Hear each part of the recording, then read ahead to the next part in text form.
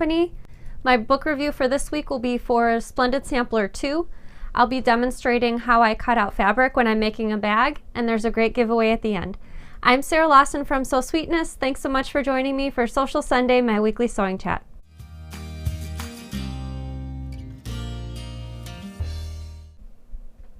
Hey everybody, happy Sunday. I'm so happy that you could join me for Sewcial Sunday. I saw all of you chatting beforehand about the weather. It's apparently 60 degrees today in Arizona, which is a little cold. I wish I had 60 degrees over here in Chicago today. But I see Lorraine's watching, Sandra's watching from Indiana, Kathleen from Washington. Again, welcome to Sewcial Sunday, and I'm so happy that you're here. So just a friendly reminder, just about everything that I talk about during Sewcial Sunday are things that I've purchased myself. So these are not things that I'm getting paid to talk to you about, but just cool things that I found that I'd like to share with you. And everything that I'm scheduled to talk about, I link to in the description. So if you're interested in finding out more about any of the notions, fabrics, books, or projects that I talk about during Sewcial Sunday, just check that link in the description and you can find out more there. All right, so my favorite as always, the notion of the week. I wanted to talk to you about a new smaller ruler that I got. I have this previous, this is called the Stripology ruler. Maybe you have this ruler or something similar. Basically, it's got cutout slots every ½ inch, so you can cut strips for a quilt. I think mostly I'd use this for a quilt, or if I was making some sort of patchwork bag. Well, the designer of this ruler is GE Designs. It's actually my friend Gudrun, and she came out with a new smaller version of the ruler.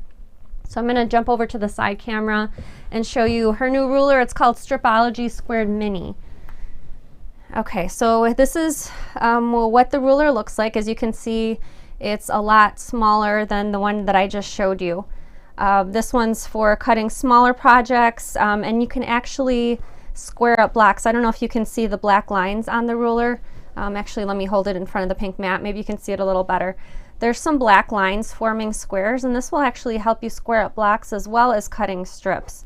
So let me hold this sideways so that you can see all the measurements. It'll cut every ½ inch, which is really handy, especially if you're cutting, squaring up smaller blocks or cutting out smaller strips of fabric. So I pre-cut a little square of fabric, and I'm going to go ahead and lay my fabric out with the ruler. I'm actually going to try to hold the ruler a little bit lower down just so the light's not reflecting off the plastic. So I'm going to go ahead and start by lining my ruler up on the dashed line, so that would be 0.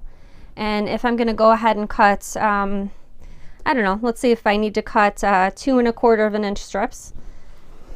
I'm just going to slide my rotary cutter in the little cutout and drag it across. And if you need to cut different measurements on the opposite side, there's every ½ inch. So 0, ½ inch, 1, and so on through 6 1/2 inches. So same thing goes for this. I'm going to start by lining up the first cutout at the 0, and then I'm going to cut out a 2-inch strip.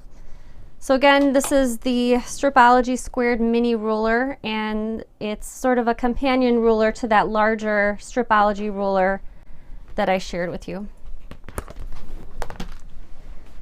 I don't know if you saw in the Facebook group, but I started working on the one strap backpack. I decided to call it the Park Sling backpack, so I'm going to be taking my step photos for it tomorrow. I got all of my fabric pieces and interfacing prepped and cut, so I just wanted to share with you my progress, which is just my cut pieces. But I decided to go with this particular textile fabric for the outside of the bag. My favorite color is green, so immediately went to this. This is a canvas fabric designed by Suzuko Kozakai, and since there's a little bit of yellow in the fabric, I opted for this for my lining fabric. So more text print, just a larger print. I'll share with you some photos as soon as I finish the first version of the backpack, and I'm really excited. Danny's been waiting for the one strap backpack for a while, and I know some of you have too, so very excited to work on a new pattern. I'm definitely in my happy place when I'm working on a new pattern, writing the instructions, drafting the pattern pieces. I don't always make prototypes when working on new patterns, but for this particular backpack I did. There's a few zippers on it, and I just wanted to get the zippers in just the right place. When I make prototypes, I actually usually use foam interfacing, so I don't make up a lining for my prototype. I actually just cut the pattern pieces out of the foam. I sewed in my zippers, and it's basically just to test that my pattern pieces will fit. So usually my lining pieces are pretty much the same or similar to my exterior pieces. So I just sewed my foam exterior, checked everything out, made a couple adjustments, and then I'm ready to start sewing the actual bag together. So really excited to work on that. I have a question for you. Let me know in the comments. What is your favorite color? I already mentioned mine is green. I also tend to gravitate toward a turquoise or aqua fabric when I'm working on projects. I just really like those two colors. Growing up, I always hated pink, but as an adult, especially when I started sewing, I find that I'm working pink into my projects an awful lot as well. So it's just fun, the doors that different color combinations and fabrics open when working on a sewing project. So speaking of fabric, I have a few new fabrics that I've added to my stash, and again, I'm going to jump over to my side camera and show you those fabrics close up. The first are some prints designed by Zen Chic, which is a fabric and a pattern designer from Germany. She designs for Moda Fabrics, and I didn't purchase the entire fabric line, but I bought all of the larger scale prints. So I got some fabrics in grays and sort of off-whites. I really like working with these types of fabrics in backgrounds to quilts rather than just plain solid white. I feel like it gives a little bit of extra visual interest, if you will.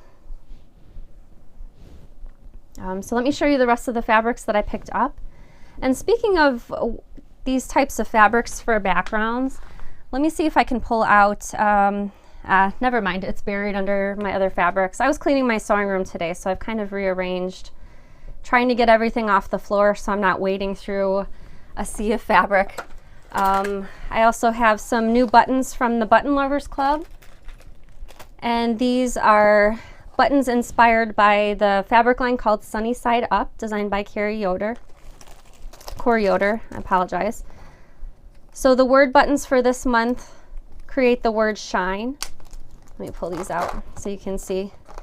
And again, these are handmade buttons, which is why they look so adorable, and they come in these brilliant shapes. And there's coordinating colors in the yellow and the pale pink, and then also some really itty bitty buttons right here. So adding these to my ever-growing button stash. I'll have to sit down one of these days with Violet and just sew some buttons into a hooped project. And then I picked up one other fabric. This is from Art Gallery Fabrics, designed by Pat Bravo. And this is from her Legendary fabric line. So these are recolorings of previous designs. So I picked up, this is the only one I picked up because I knew I wanted to make it into a bag. So this is a large scale print, as you can see. I loved the fuchsia in the background. I love the black and the pink, and I just can't wait to work this into a project. I had some of this fabric years ago in a previous color iteration. It was greens, yellows, and blacks, and so I'm really excited to work with this other print from Art Gallery Fabrics. And again, if you're interested in picking up any of those fabrics that you just saw, I linked to all of those in the description, including that green fabric that I used for my backpack, in case you're interested in that one as well. So Danny's favorite part of the show on Sundays, let us know in the comments. If you're a bag lady or a bag dude, go ahead and type that out for us right now. And I always try to sneak a little peek over at Danny's monitor. It's right off of my left shoulder. And I love seeing the bag ladies and bag dude comments come through on the screen. So thank you so much for doing that. And thank you for being part of the community. So I have an email to read to you. This email is from Douglas, and I've been waiting for this all day. I was so excited to read this. Okay, so this is an email from Douglas. Douglas says, oh, not yet, Danny. Oh. Sorry. Douglas says, my wife Linda is an amazing sewer, or as they say, seamstress. She is my rock. A few months back, I had a major surgery from an injury I sustained while serving for this great country. Through the many months of recovery, my wife had to do everything, and as the healing started, I wanted to do something instead of just sitting in front of a TV. So Linda said she would teach me how to sew. I laughed. I am a welder, and after I am done, I will return to my trade. Well, the next day, I went into the doctor's for a follow-up, and I asked him how long until I can get back to work. He said at the earliest, 1.5 years to 2 years. So with that, later that night, I was learning how to sew. Sewing one-handed and non-dominant lefty is no easy thing. Just last month, I opened a website for welding caps that I now make. I have business cards, the whole 9 yards, and I actually neglected to link to this. I'll add it after the show, but Douglas's website is snmcaps.com. So those are his welder's caps that he's made, and they're brilliant. I loved looking through the website. I saw a Harley Davidson cap, all these great caps that guys and gals would want to wear. And he says her teachings have made me very successful in just a few months. And now on to the surprise part of the email. I ordered her a Juki TL 2010Q, which is the same sewing machine that I have, with all the accessories for Christmas, and I would like for you to tell her this. So surprise, Linda, you have a brand new sewing machine. Congratulations. I hope I can put a smile on her face again. I know you do when she watches your videos. Thank you, because I really want my bag lady to make me a bag dude. Please tell Danny I say hello. My wife has made a success of me now. I want to make a reminder to her that she is my one and only best decision I ever made in my life. And that's an email that Douglas sent me the other day. Is this right? SM, switch the M and the N, Danny. Almost. So Merry Christmas, Linda. Surprise. I hope Douglas was able to keep the surprise until tonight's show. And I have a second surprise for you. I talked to some of my pattern designer and fabric designer friends. Okay, so that's Douglas's website in case you want to check out his welder's caps. Danny will leave that on the screen for just a minute. So I talked to some of my pattern designer and fabric designer friends, and my friends also volunteered, because I have the best friends. My friends volunteered to send me some sewing gifts that I will be sending on to you. So some of those gifts include Orifil thread, soft and stable interfacing, patterns, rulers, and fabrics. And these will all be coming from the designers of either the fabrics or the threads or the rulers. So I'll be sending that box over to you as soon as I get it in the mail. Also, some of my friends will be sending you some PDF patterns via email. And it's up to you, totally optional, but I was hoping when you get your machine and you're ready to get it set up, I hope we can chat privately via webcam in case you have any questions, or just so we can talk about the machine and maybe I can point out different areas too while you're getting it set up. Linda says, yes, he told me to make sure not to miss your live show today. Yay! I'm so excited that you're watching. And again, Merry Christmas. What a wonderful surprise. You have an awesome husband. That's an amazing gift. And yeah, I was very excited to read this email. I told my parents about it last night, and they knew I was really excited to talk about it on the show tonight. So again, thank you, Douglas, for emailing me. And I was super happy to receive your email and to be part of the surprise. As most of you know, my birthday was this past Wednesday, and I went to my postal box before the weekend, and I picked up an awful lot of postcards and letters and birthday cards, and also some gifts. So I wanted to show you, because I feel like it's, maybe it's just how I was brought up, but I feel like it's proper to give thanks and show off and be thankful for gifts that you've gotten, whether in person or through the mail. So I wanted to show some of the gifts and also some of the postcards, and I also have another letter to read. So I'm going to jump over to the side camera and show you those now.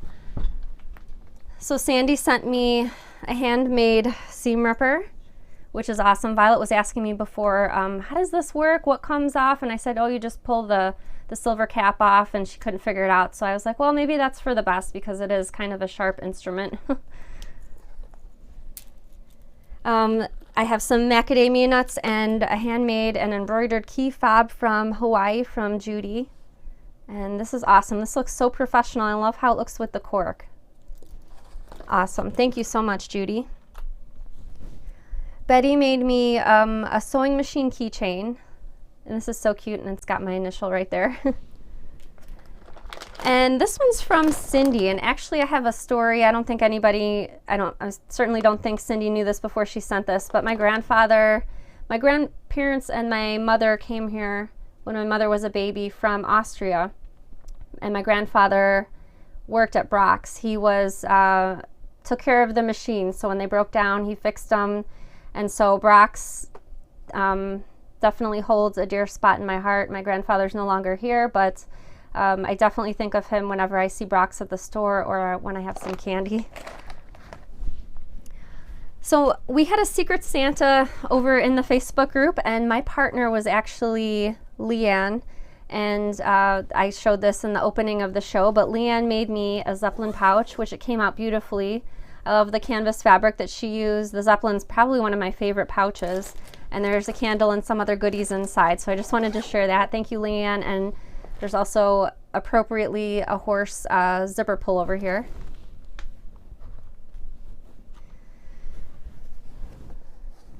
I have actually a tea towel that Teresa Hall sent me, and Teresa told me that she lives in a small town of about 300 people, and so I loved hearing about the town where she lives and love this tea towel. It's a beautiful keepsake. I almost don't want to use it for drying my hands on. It's just too pretty, and I love the artwork on it. And there's a few other things that I wanted to share as well. So this postcard was made by Kathy, and she made it using her embroidery machine and some rickrack, and I just love it. There's a little bit of sparkle in it as well in some of the threads. Kathy Wilson sent me this recipe book, and this is from the String Along Quilt Guild. Let me hold it up so it's not so shiny. I actually lectured at the String Along Quilt Guild maybe a couple years ago, and this recipe book reminds me of some recipe books that my grandmother and my mother have from churches, and these are all recipes that were contributed from the guild, which I think is really cool. And I kind of skimmed through it before the show and saw a lot of things that I definitely would like to make, so thank you so much for the recipe book. That's a great idea too. This book was sent to me from Donna, and it's called the Furoshiki. I hope I'm pronouncing that correctly, but it's really cool. It's decorative wrapping using fabric, so different gifts that could be decoratively wrapped, so you don't have to use wrapping paper, but it's just a pretty way. And here's a lunchbox right here. It's just a pretty way to add some beauty to everyday things, which is really cool. And then these were made by Naomi, so she just wanted to share some artwork that she did on her embroidery machine. She's trying to get me to encourage me to use my embroidery machine, or to make some time for it, because my poor embroidery machine, we got it, we made a couple projects, and then it's just been sitting there. So this is a card that she made from a scene in Seattle. And then Diane Coxis made, she knows that I love Harry Potter, so she made the filigree double zip pouch. And in one half of the pouch is an ornament, which will be definitely going on our tree. We put up our tree the other day, our Christmas tree. And then on the other side, so Diane sent me some soap that she's made. This one's bergamot and sandalwood. And then the most awesome thing is a bag lady pouch. So this is just perfect. I love it so much, and it's made with denim. So thank you everybody so much for the gifts. As a lot of you also sent me some postcards, I wanted to give thanks and recognition for sending the cards, and so we put together a little 2-minute video earlier this evening, and I just kind of laid out all the postcards just in case you're looking for your postcard if you sent one. And I also wanted to read a letter while we're showing the postcards, and this letter was from Nora. So again, thank you so much everybody for the gifts and the postcards and the birthday cards that you sent. And Nora sent me a letter, so I just wanted to read it, and she gave me permission to read it on the show. So she said, "Dear Sarah, how was your Thanksgiving? I enjoyed Dr. Palmer on your November 20th show." And Dr. Palmer, in case you missed it, you can still check out that video. It's on my YouTube channel. Dr. Palmer is a psychologist and also a quilter, so we talked about some things in regards to sewing and getting through difficult times in life. So in case you missed that video, it's on my YouTube channel. You can check it out anytime. And I hope to have Dr. Palmer on the show again in the future. Let's continue with Nora's letter. She says, "At first I was hesitant to watch because I thought it was of no interest or value to me. I was wrong. When Dr. Palmer shared that she was a sewist and mom of 4, I was hooked. In my eyes, she was qualified to speak on the subject, and I was ready to listen. I learned a lot from Dr. Palmer, but more from you, Sarah. Your sensitivity and outreach to your bag making community is truly remarkable and admirable. I am an avid fan of yours and have yet to make a handbag, but you have truly created a community that has transcended sewing. Thank you. For example, when I was shopping for a postcard to send you, my family asked who the postcard was for. I immediately and naturally replied, it's for my girlfriend in Chicago. To me, you are more than a YouTuber or a handbag designer. Likewise, I feel more than a customer, bag maker, or YouTube fan. I agree with Dr. Palmer that we need a community to give us strength, support, and encouragement, no matter whether we are struggling or at a happy place. This is what you created, Sarah. I am part of your community that will support and encourage me, whether it be with an emotional issue or with a sewing dilemma. Your free videos and patterns have provided a safe haven to encourage me to try new things with constant reassurance and 24/7 resources. Again, I am a loyal part of your community, but have yet to sew any of your bags. But my sense of belonging is a reflection of your philosophy of the bigger picture that includes making a positive difference in people's lives. And in this sense, you are a success story. Your integrity, generosity, concern for others, and dedication to family, combined with your creativity and talents, make for a winning and admirable combination. Happy holidays to you and your family. Aloha, Nora. So thanks so much for sending that letter, Nora. And I think certainly if we're talking about community, the community is only as strong as its members and as strong as the participation from the members. And I think certainly we wouldn't have anything if it wasn't for all of you either contributing in the comments. Even if you're just watching at home and you're just here, thank you for being here with us. If you're commenting in the Facebook group, I know a lot of you pass along suggestions if people have questions and are helpful in the groups or in the chats before the shows. So again, thank you for being part of the community. And wow, I did not expect to get so many postcards and birthday cards. I tried to put them in my little house that Ed made for me, my little wooden house. It was about this high and this wide. For the postcards, I thought, oh, maybe I'll be lucky to get it a quarter of the way full. I couldn't even fit half the postcards in the box, so the other half I have sort of right next to my box. Literally, it's 2 stacks of postcards about this high. So thank you so much. What a great birthday, the best birthday ever, certainly. So if you enjoy our live videos, if you enjoy my bag making videos or my sewing tutorial videos, I'd like to invite you now to go ahead. If you're watching on Facebook, hit the share button.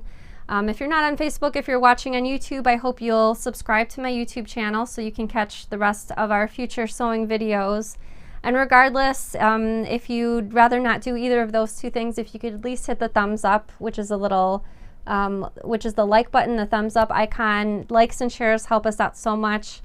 YouTube and Facebook look kindly on likes and shares, and they consider sharing our videos with other people who have similar interests. So for example, if YouTube sees that someone's watched a sewing or quilting video but may not have seen one of ours before, if we're looked highly on by our viewers, they'll consider sharing our viewers with others, which can only bring more bag ladies and bag dudes into the fold. So thank you so much for doing that.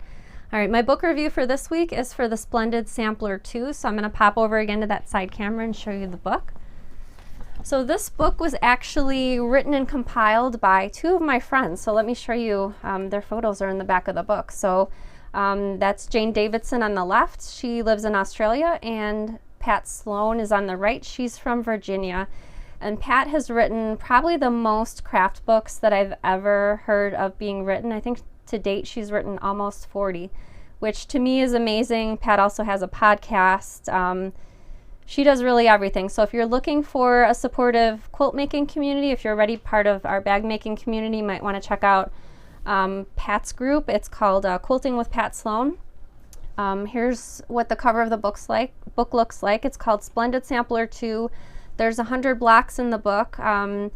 This is a follow-up to their original Splendid Sampler book, which was a huge success all over the internet. And let me just flip through and show you a few of the blocks. So it's a combination of pieced blocks, applique. There's I think a couple foundation paper piece, and they're all very quick instructions with illustrations on how to put everything together. So well-written patterns, and it's from quilt pattern designers across the world. So it's not just these 2 authors writing quilt blocks. So for example, this one, Twice as Much, this is designed by Shruti. Shruti lives in India, so really it's from designers all over the world. Jenny Doan, which of course from Missouri Star, so lots of quilting stars in the book. Let me show you some of the applique patterns. So here's some of the the piecing. Here's some of the applique patterns in the book.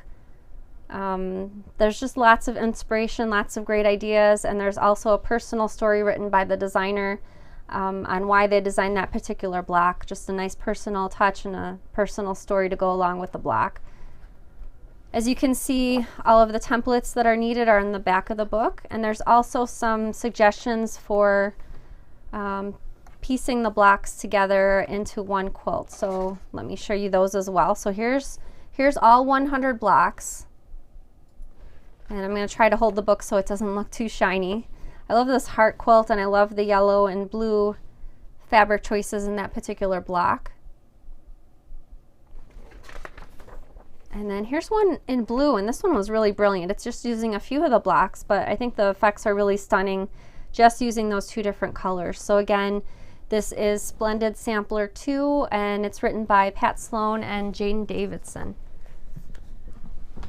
Okay, so I have a question for you. Let me know in the comments. I want to know, how big of a scrap do you save? So especially if you're working on a bag, obviously we usually have a bit of fabric left over, and where do you limit yourself or cut yourself off from when putting that into your scrap pile? So are you saving maybe fat quarter pieces? Are you saving like every little itty bitty scrap? Let me know what's your limit as far as saving scraps. So I admit, years ago I used to save scraps and I would never ever use them. I'm not really a scrappy quilter.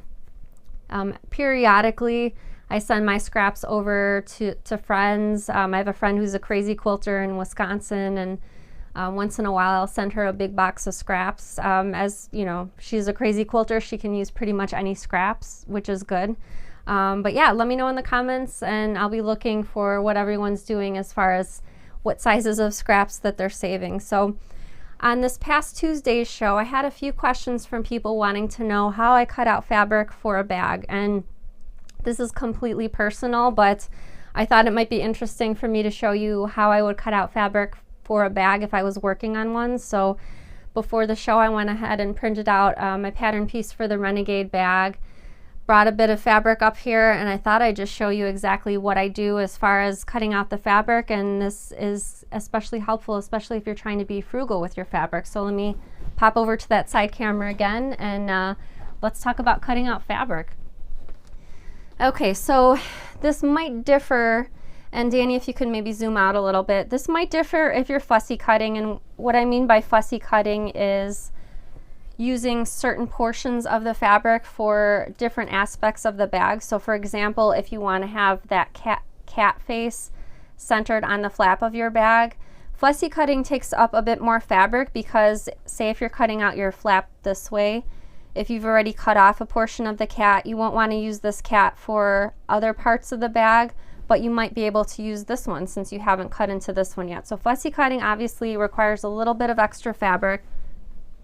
However, for this demonstration, I've chosen to use a smaller scale print so we don't have to focus so heavily on the fussy cutting. So obviously if you have the acrylic templates will make the job really fast and easy with your rotary cutter. However, I'm a creature of habit, and so I'm very fond of drawing my pattern pieces out, which I know takes a little bit of extra time as opposed to rotary cutting. But it calms me down when I'm getting ready to work on a bag, and it's just something that I've always done. Okay, so you always want to, especially in my patterns, to work off the order in the cutting instructions. So for example, you want to go from top to bottom and cut in the order listed so that you have plenty of fabric for your bag. So for this example, I'm working off cutting my exterior pieces for my Renegade bag, and the first piece listed is the bottom panel, which is 26¼ inches long, which is longer than my longest ruler. So my longest ruler is 24 inches long. So if Danny's in the sewing room, I'll usually ask him, what's half of 26¼ and I'm actually going to ask him that right now. Danny, what's half of 26¼ 13 1/8. 13 1/8. Thank you very much. He's the math person, I'm the English person, so when it's time to help the kids with the homework, those are our areas. So I'm going to fold my fabric so that I have just, what was that again, Danny? 13 1/8. 13 1/8 that I could fit on my ruler with maybe a little bit of extra. Okay, So let me push this up. So as you can see, I didn't fold my fabric selvage to selvage. I folded just enough, and here's my fold right here. I folded just enough so that I could get that 13 1/8 on here.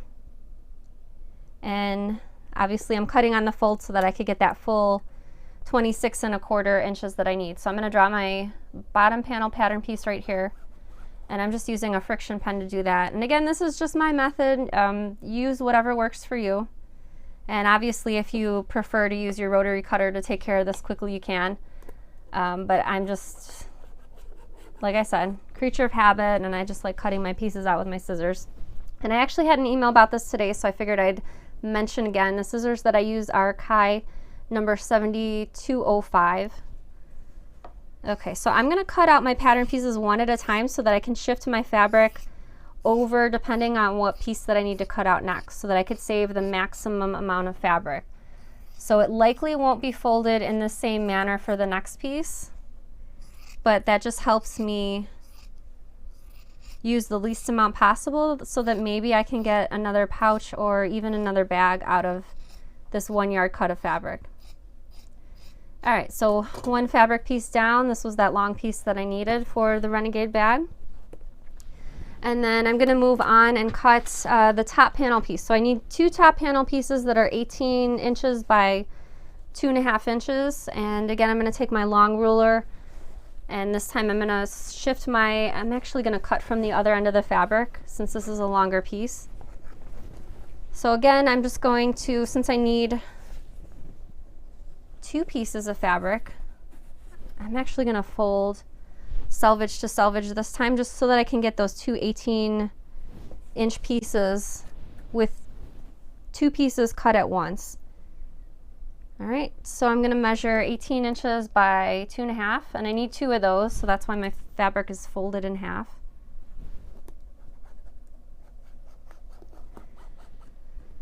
All right.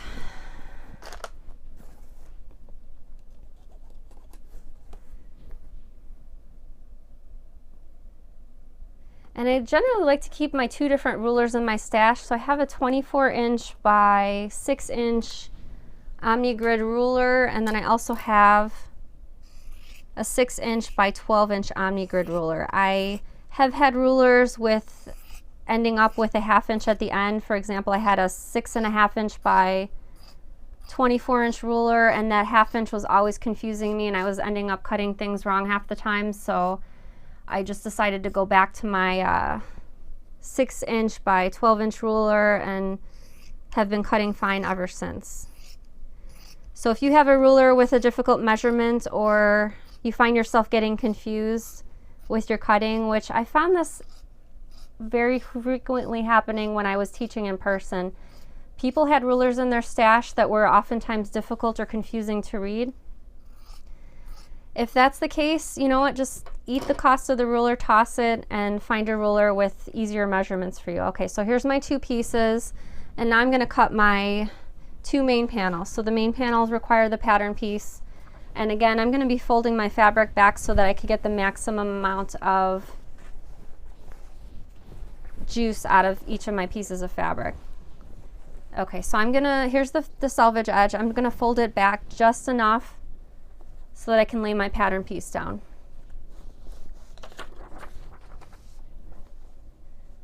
Like literally, you want to get as close to the selvage as possible, and because this piece is cut on the fold, I'm just going to go ahead and lay it right here.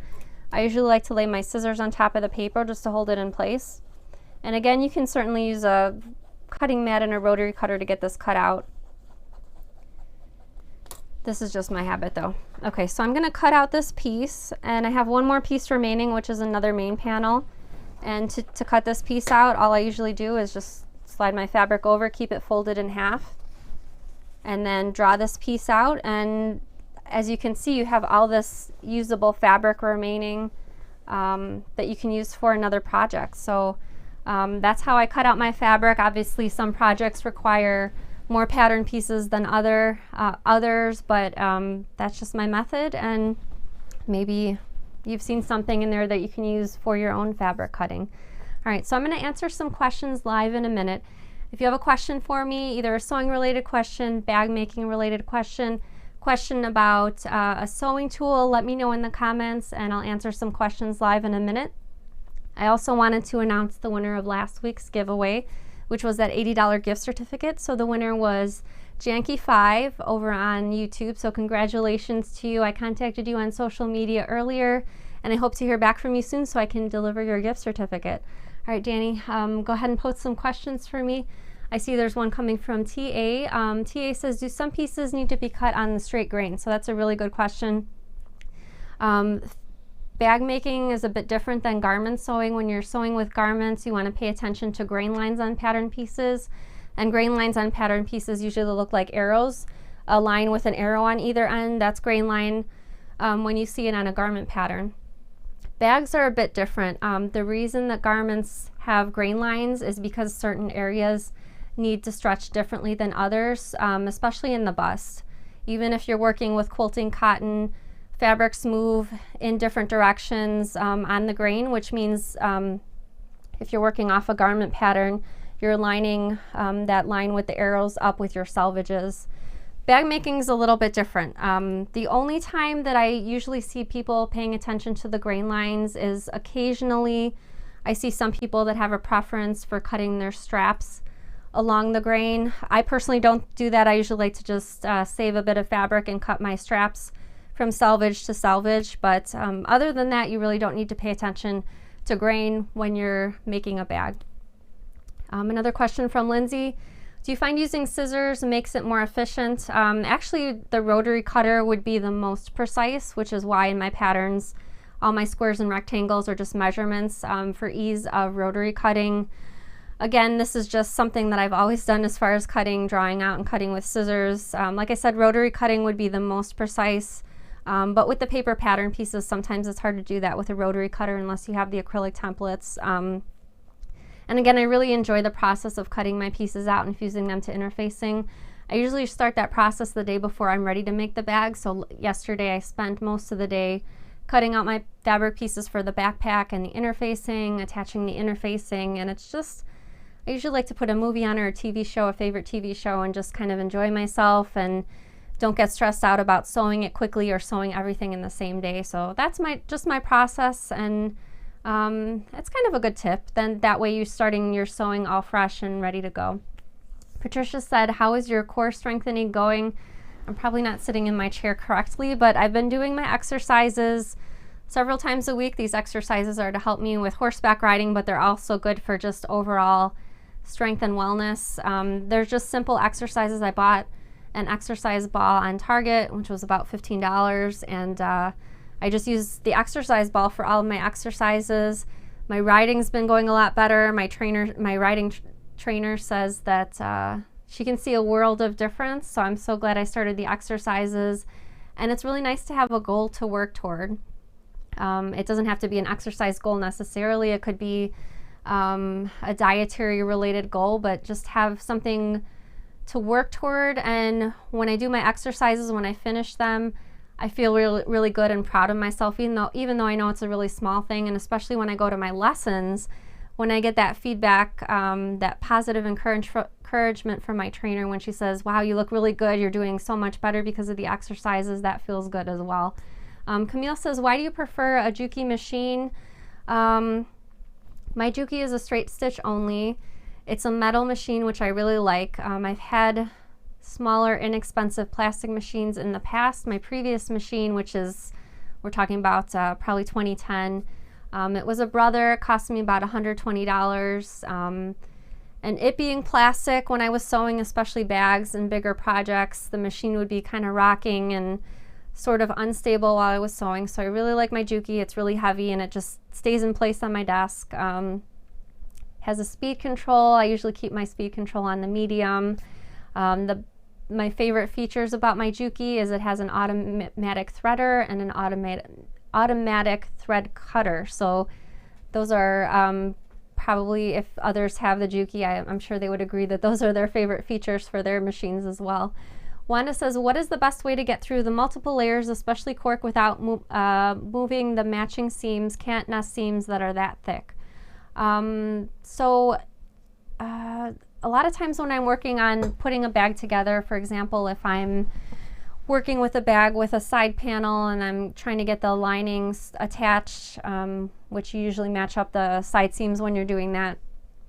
I usually use my fingers to press the seams open so that I can get them aligned. Use my Wonder Clips to keep everything aligned. Hopefully that's what you're asking. But that's what I tend to do. I know what you mean about nesting the seams. It's really useful, especially for quilting, but sometimes for bag making, I agree, especially with the cork, nesting the seams makes that layer really, really thick. Tammy says, question, what pressure is your presser foot set to for quilting and bag making? So got my machine right here. Let me see if I can reach down and grab it and pull it up on the table. This poor machine, 2 or 3 times a week, it's got to be hoisted down to the floor or back up on the table. So I've currently got my presser foot setting. Let me pull it back here. I don't know if you can see the blue on camera, but it's on the third little rung from the bottom. So that's what I've got it set on right now. The tension in the front, I usually like to keep it between 1 and 2, very close to 2, and I usually leave it like that for quilt blocks as well. Oh, that's so heavy, you probably heard me drop it down on the floor. Tamara says, do you think drawing and cutting the bag pattern pieces is more accurate than using the rotary cutter? So rotary cutters for sure the most accurate, especially with the cutting mat and your ruler. That'll be the most accurate because obviously if you're drawing lines to the side of your ruler, your pen's a little bit thicker than that blade from your rotary cutter. If you are worried about accuracy or if you have struggles with getting your pieces cut out precisely, I suggest all the time to use the rotary cutter if possible. Laura says, question, will you do a tutorial for the Renegade? We actually have a video that we've done for the Renegade bag. It's available right now. If you check the product listing for the Renegade bag, there's an option for video plus PDF pattern, or if you have the pattern already, there's also an option for video only. Hope says, I completed the sewing room stand today. Only difficulty I had was making the bends. Do you have a suggestion on this? So in the sewing room stand, there's multiple pieces of Peltex which kind of help with the shaping, and the pieces of Peltex are spaced about 1/8 of an inch away, which help facilitate the bends. And there's also the stitching. The spacing between the Peltex and the stitching really help ease through the bends. I don't know. I don't have a suggestion besides that, but if you'd like to email me, you always can. My email is sarah@sewsweetness.com. Sybil says, is there a good way to reattach the mini lights if you had to remove them? Danny, do you? Double-sided tape. Okay, Danny's suggesting double-sided tape. Danny was the LED sewing machine light guru, so he made our little video on how to attach the lights, and he's suggesting double-sided tape if you have to remove them. Should she clean the area first before she reapplies?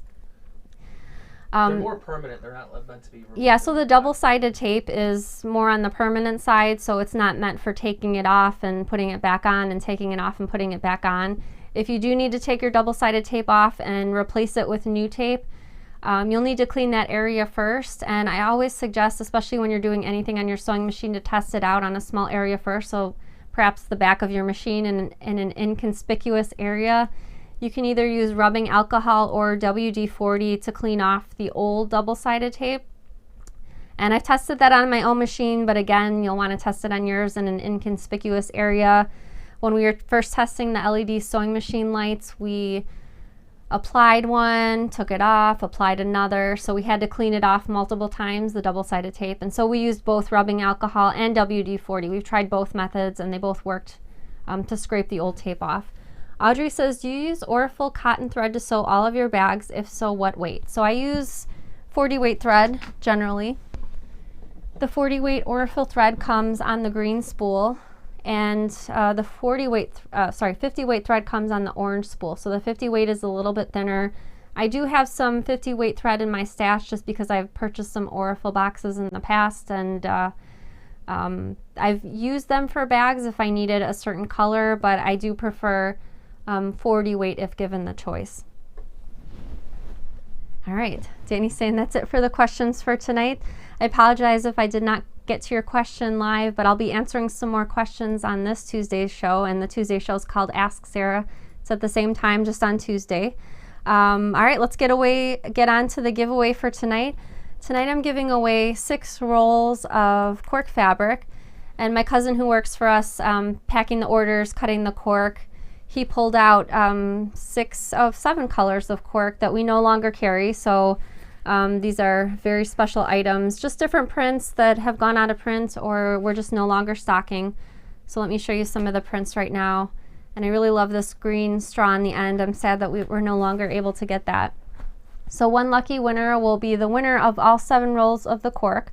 All you have to do to be entered into the giveaway is let me know the answer to my question. I'll post that on the screen in just a second. I'll be drawing the winner of the giveaway at the end of the day this Saturday, and I'll be announcing the winner on next Sunday's show. So my question for you, let me know in the comments either on Facebook or YouTube, what is your favorite winter activity? So just go ahead and type that in the comments. Mine is sledding. Unfortunately, we could not go sledding last week when it snowed just because the snow was so heavy and wet. But that's my favorite activity. Let me know yours in the comments. Thank you so much for joining me for Sewcial Sunday. I'll see you again next Sunday. Have a great week and happy sewing. Bye, everybody.